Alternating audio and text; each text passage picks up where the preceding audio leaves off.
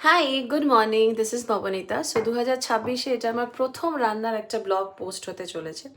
তোমরা যারা আমার ব্লগ দেখো, নিয়মিত সাপোর্ট করো, ভালোবাসা দাও, তারা এতদিনে বুঝে গেছো যে গতানুগতিক কোনো কিছু আমার পছন্দ না। সেটা জামা কাপড় হোক বা রান্নাবান্না করার পরে সেই প্লেটটা কীভাবে সার্ভ করা হবে, সব কিছুর মধ্যে একটা পার্সোনাল টাচ, একটা ক্রিয়েটিভিটি থাকলে আমার সেটা ভালো লাগে। সো আজকে সকালবেলা উঠে ভাবলাম যে একটু ডিম পাউরুটি খাবো।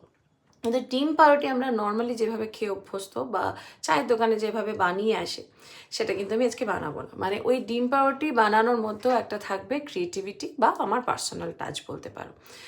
আর আরেকটা জিনিস বলতে পারি যে বাড়িতে যাদের ছোট বাচ্চা আছে, যাদের সকাল বিকাল নতুন নতুন খাবারের বায়না হয়, তারাও কিন্তু এই রেসিপিটা ট্রাই করতে পারো বা এই রকমভাবে প্রেজেন্ট করতে পারো। মানে একই জিনিস কিন্তু প্রেজেন্টেশনের জন্য একটু খাবারটা কিন্তু বদলে যায়, আর যে খায় তারও কিন্তু ভালো লাগে। তাহলে পুরো ভিডিওটা দেখতে থাকো যে কীভাবে আমি আজকে বানালাম। তো প্রথমে আমি যেটা করবো সেটা হচ্ছে 3টে ডিম নিয়ে ভালো করে নুন আর গোলমরিচ দিয়ে ফেটিয়ে নেবো, যাতে কোনো রকমের লাম্প না থাকে।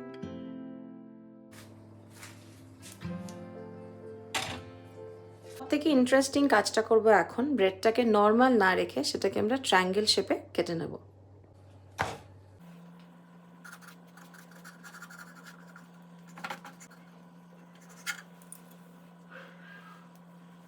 বলেই নয় যে এই ব্রেডগুলো নষ্ট হয়ে যাবে, এগুলো দিয়ে ব্রেড উপমা বানিয়ে নেব।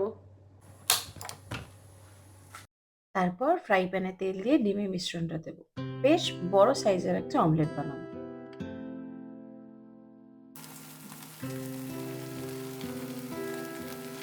এরপর অমলেটের ওপর ট্রায়াঙ্গেল শেপে কাটা ব্রেডগুলো দিয়ে ফুলের পাপড়ির মতো সাজিয়ে দেবো। তার উপরে দেবো পিৎজা সস। টপিং নিজের পছন্দ মতো।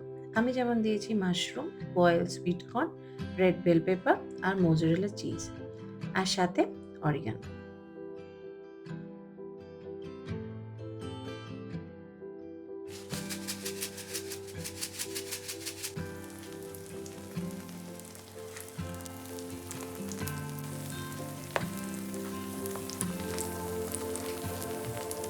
কি সুন্দর কালারফুল দেখতে লাগছে না?